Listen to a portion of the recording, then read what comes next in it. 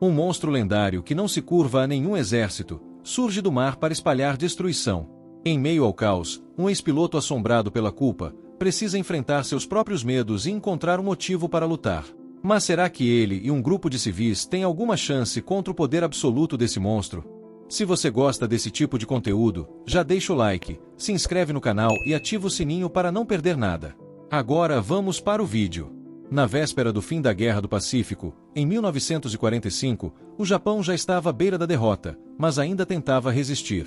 O governo, em desespero, formou a temida unidade Kamikaze, disposta a lançar ataques suicidas contra a frota americana. No entanto, nem todos estavam dispostos a seguir cegamente essa ordem. Entre eles, estava Koichi, um jovem piloto que, fingindo problemas mecânicos, desviou sua aeronave e pousou na base de Odo Island, aguardando o inevitável desfecho da guerra para retornar com vida ao seu país. Porém, naquela noite, um alarme inesperado soou, despertando a base inteira.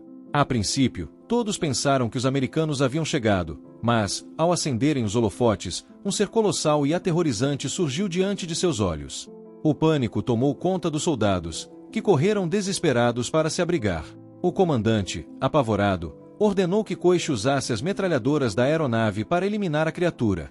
Mesmo relutante, ele seguiu as ordens e se aproximou do caça, tentando se preparar para o ataque. Mas antes que pudesse reagir, um dos soldados, tomado pelo medo, abriu fogo contra o monstro. Em resposta, outros seguiram o exemplo, disparando sem parar. O que veio a seguir foi um verdadeiro massacre. O monstro, enfurecido, revidou com força descomunal, dizimando tudo ao seu redor. Os soldados eram esmagados ou devorados sem qualquer chance de defesa. O comandante assistia horrorizado enquanto seus homens eram aniquilados, e até Koichi quase foi atingido pelos destroços de uma aeronave destruída. Sobrevivendo por um triz, ele sentiu na pele um medo que o marcaria para sempre. Na manhã seguinte, a ilha estava em ruínas. Apenas Koichi e o comandante restaram vivos, mas este último, consumido pela raiva, culpou Koichi por não ter disparado a tempo, condenando todos à morte. Pouco tempo depois, o Japão declarou rendição e os sobreviventes da guerra retornaram ao país como sombras do que foram. Ao chegar em Tóquio, Koichi encontrou sua cidade natal completamente devastada pelos bombardeios americanos. Em meio às ruínas, descobriu por meio de sua vizinha que sua família inteira havia sido exterminada nos ataques aéreos. Era o fim de tudo o que conhecia. Com o Japão derrotado e a população tentando reconstruir suas vidas, Koichi seguiu em frente. Junto de uma mulher chamada Noriko, ele formou uma nova família improvisada e adotou um bebê órfão. O tempo passou, e em março de 1946, lutando para sobreviver, Koichi encontrou trabalho em uma perigosa missão, a remoção de minas navais. Durante a guerra, milhares de minas haviam sido espalhadas pelo mar, e sua tarefa era desativá-las antes que causassem mais tragédias. Apesar dos riscos, a recompensa era suficiente para garantir o sustento de sua nova família. A equipe improvisada iniciou o trabalho, utilizando cabos equipados com cortadores para soltar as minas do fundo do mar e destruí-las a tiros quando emergiam. Meses se passaram nessa rotina perigosa, até que, em julho de 1946, um evento inesperado mudou tudo. Na remota região do atol de Bikini, os Estados Unidos realizaram o primeiro teste de uma bomba de hidrogênio. No entanto, ninguém poderia prever que a liberação massiva de energia nuclear despertaria algo adormecido nas profundezas do oceano.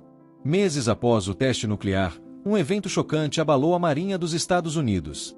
Um navio de guerra chamado Lawton foi misteriosamente atacado e afundado em um único golpe por uma criatura desconhecida. Suspeitando que fosse uma nova arma soviética, a tensão entre as potências aumentou ainda mais. Maio de 1947. Durante uma missão de remoção de minas, a equipe de Koichi avistou um navio gravemente destruído. Mas algo estava errado. Os danos não pareciam resultado de explosões ou ataques convencionais, e sim de algo muito maior, um ser colossal que havia esmagado a embarcação com força brutal. Antes que pudessem entender o que estava acontecendo, centenas de peixes mortos começaram a emergir na superfície. Então, sem aviso, uma criatura gigantesca surgiu do mar, avançando sobre um outro barco próximo. Em segundos, a embarcação foi destruída, e a equipe de Koichi assistiu horrorizada. A cena fez Koichi relembrar o massacre que testemunhara em Odo Island. Seria o mesmo monstro, mas ele parecia muito maior do que antes. Com a fera avançando rapidamente em sua direção, o capitão ordenou uma manobra desesperada para fugir. Os tripulantes, em pânico, lançaram minas na água, esperando deter a criatura. Quando o monstro se aproximou, um dos homens rapidamente acionou a detonação. A explosão foi violenta, mas, quando a fumaça se dissipou, a fera surgiu novamente, agora ainda mais enfurecida. O horror tomou conta do barco. Sem alternativas, lançaram mais uma mina, tentando pelo menos ganhar tempo. Mas, no momento de ativar a explosão, algo deu errado. O fio de detonação estava cortado. Para piorar, a mina flutuava lentamente e entrou direto na boca do monstro. Koichi, agindo rápido, mirou e disparou. A explosão foi avassaladora, quase jogando a tripulação inteira ao mar. Quando voltaram a enxergar, viram um monstro boiando, com um enorme buraco onde antes estava sua boca. Mas, antes que pudessem respirar aliviados, algo impossível aconteceu. A criatura começou a se regenerar diante de seus olhos. Em segundos, o monstro estava completamente recuperado, e agora furioso como nunca. Ele emergiu totalmente da água, preparando-se para desferir um golpe fatal contra Koichi e sua equipe. Sem saída, eles apenas aguardaram a morte. Então, de repente, tiros de artilharia pesada atingiram a fera. Uma frota de guerra havia chegado. Os disparos jogaram o monstro de volta ao mar, mas, longe de ser derrotado, ele se enfureceu ainda mais. Num instante, acelerou em direção ao navio de guerra, escalando seu casco com força descomunal. Em meio ao desespero dos soldados, iniciou um massacre brutal a bordo. O encouraçado tentou reagir, disparando suas torretas em curto alcance. As explosões foram poderosas o suficiente para lançar a criatura de volta ao oceano. Mas, no instante seguinte, algo aterrorizante aconteceu. Uma intensa luz azul brilhou sob as águas. Então, em uma fração de segundo, uma onda de energia devastadora foi liberada e a gigantesca embarcação foi completamente destruída. A pele enegrecida e em carne viva da criatura indicava que seu próprio ataque também havia causado danos a si mesma. Talvez a recuperação de tal energia levasse tempo. Por isso, em vez de continuar sua fúria, ela simplesmente se afastou, deixando para trás a embarcação de Koichi e seus homens. O alívio momentâneo foi demais para Koichi, que desmaiou logo em seguida. A cena muda, e Koichi desperta em sua casa, onde se recuperava dos ferimentos. Durante esse período, Noriko conseguiu um emprego estável, assumindo a responsabilidade de sustentar a família temporariamente. Enquanto isso, Tóquio dava seus primeiros passos na reconstrução, tentando emergir dos escombros da guerra. Mas a paz estava prestes a ser novamente destruída. Após se recuperar completamente, Godzilla retornou e desta vez, ele não teria piedade. Sem qualquer aviso, ele atravessou as defesas marítimas e invadiu o coração de Tóquio, decidido a transformar a cidade em ruínas. Seu avanço foi implacável, esmagando tudo em seu caminho. Naquele momento, Noriko estava dentro de um trem voltando do trabalho. O condutor dirigia tranquilamente, sem suspeitar do perigo iminente. Mas então, um estrondo avassalador tomou conta dos trilhos. O trem freou bruscamente, lançando os passageiros para frente. Noriko olhou pela janela e viu o pesadelo de Koichi estava diante dela. Godzilla se aproximou lentamente da composição ferroviária. Com um único movimento brutal, cravou suas mandíbulas em um dos vagões e o ergueu no ar. O trem se partiu instantaneamente, arremessando passageiros para todos os lados. Noriko, jogada para fora com violência, caiu em um rio próximo. A água amorteceu o impacto, garantindo sua sobrevivência. Enquanto isso, a aparição da gigantesca criatura não passou despercebida. Jornalistas, ignorando o perigo, subiram nos prédios para registrar cada detalhe da destruição. Eles transmitiam em tempo real enquanto Godzilla esmagava tudo à sua frente. Prédios desmoronavam como castelos de areia sob seus pés. Para qualquer um que assistisse, a visão era aterradora e, de certa forma, fascinante. Contudo, algo estava diferente.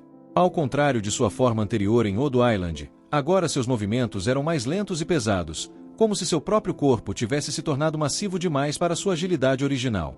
Noriko, ainda em choque e molhada da queda, mal teve tempo de se recompor antes que Godzilla surgisse novamente diante dela.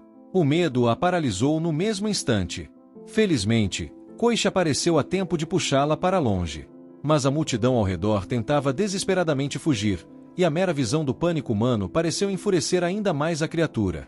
Com um golpe devastador, Godzilla desferiu um coice colossal, varrendo tudo ao redor com um único movimento. Em um instante, prédios desmoronaram, soterrando inúmeras pessoas. Quando Godzilla se preparava para continuar sua onda de destruição, várias explosões atingiram seu corpo. Algumas viaturas blindadas haviam se posicionado à frente e aberto fogo contra ele. Embora o ataque não tenha causado ferimentos graves, aquilo foi o suficiente para testar sua paciência. De repente, as placas dorsais de Godzilla começaram a brilhar uma a uma, um sinal inconfundível da liberação massiva da energia nuclear acumulada em seu corpo mutante.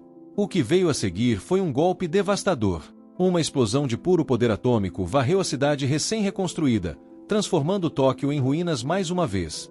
Mas, surpreendentemente, cada liberação dessa energia parecia afetá-lo também. Seu corpo agora exibia ferimentos mais profundos, sua pele carbonizada e desgastada. Arrastando-se, ele finalmente se afastou temporariamente. Porém, as consequências de sua fúria ainda ecoariam por muito tempo. A radiação da explosão tornaria a área inabitável por anos, e o impacto da destruição foi catastrófico. Estima-se que mais de 30.000 pessoas tenham morrido nesse ataque, e entre as vítimas desaparecidas estava Noriko, levada pela onda de energia sem deixar vestígios.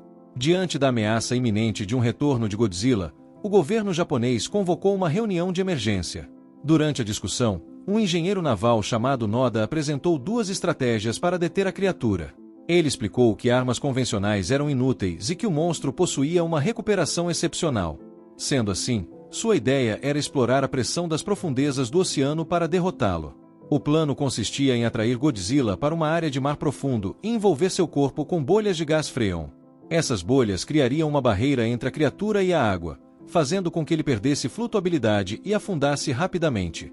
A pressão da água, ao atingir 1.500 toneladas por metro quadrado em apenas 25 segundos, causaria danos extremos até mesmo a um organismo tão resistente. No entanto, Noda reconhecia que apenas essa estratégia talvez não fosse suficiente para matá-lo, devido à sua regeneração. Por isso, propôs um segundo passo, uma tecnologia recém-desenvolvida de balões de resgate subaquáticos. Assim que Godzilla atingisse uma profundidade extrema, esses balões o puxariam de volta à superfície, forçando uma descompressão violenta que poderia causar danos internos fatais. A ideia era repetir esse processo várias vezes até que ele fosse derrotado. Diante da falta de alternativas melhores, a proposta foi aceita. Uma força-tarefa foi rapidamente organizada para fabricar o equipamento necessário. Após dias de preparativos intensos, tudo estava pronto. Noda escolheu a Baía de Sagami como local ideal para a armadilha, já que esse era um ponto de passagem obrigatório para Godzilla. As forças estavam posicionadas, prontas para agir assim que a criatura surgisse. Como precaução, Koichi foi designado para pilotar um caça em caso de necessidade. Porém, antes que pudessem sequer iniciar a operação, Godzilla, mais uma vez mostrando sua astúcia, antecipou-se e atacou o porto sem aviso. Uma fragata militar foi lançada pelos ares com um único golpe, mergulhando soldados no caos. A estratégia dependia de levá-lo para águas profundas, mas com ele atacando diretamente em terra, o plano parecia condenado ao fracasso. Sem escolha, Noda ordenou que Koichi usasse o caça para atrair Godzilla para o mar aberto. Carregado pelo desejo de vingar Noriko, Koichi aceitou a missão suicida sem hesitação. Subiu aos céus e começou a provocar Godzilla com ataques rápidos e rasantes, tentando levá-lo para a armadilha. A fúria da criatura aumentava a cada instante. O duelo final estava prestes a começar. Não demorou para que Godzilla fosse atraído para as profundezas do oceano. Enquanto Koichi guiava G em direção à Baía de Shima, Noda e os outros já estavam lá, aguardando o momento certo para executar seu plano. Eles haviam posicionado previamente um navio militar abandonado no caminho de G e configurado um sinal especial para provocar Godzilla. A estratégia se mostrou eficaz. Enfurecido, G imediatamente lançou sua poderosa rajada de raio atômico.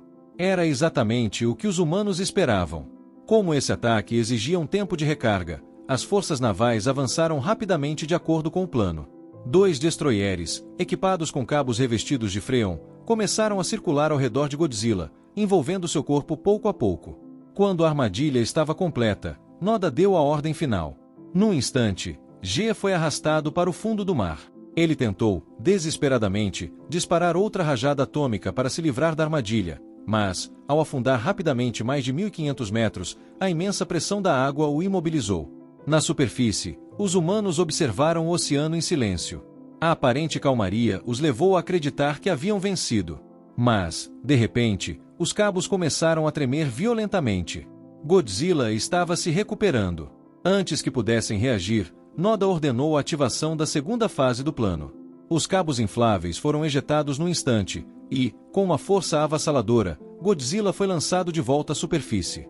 A descompressão repentina o deixou atordoado por alguns instantes, mas não o suficiente para derrotá-lo. Agora, não havia mais volta. Ele estava furioso. Com sua energia nuclear totalmente recarregada, sentiu o poder se acumulando dentro de si. O ar ao seu redor começou a vibrar. Em questão de segundos, uma nova e devastadora rajada atômica estaria pronta para ser disparada. E, desta vez, ninguém escaparia. A investida do caça de Koichi acabou bloqueando a energia de Godzilla dentro de seu próprio corpo. Com o acúmulo da energia incapaz de ser liberada, a explosão aconteceu internamente e, inacreditavelmente, Godzilla pereceu sob sua própria rajada atômica. A cena muda. Koichi recebe uma carta e, ao chegar apressado ao hospital, descobre algo inesperado. Tachibana ainda está viva. Tomado pela emoção, ele corre e o abraça.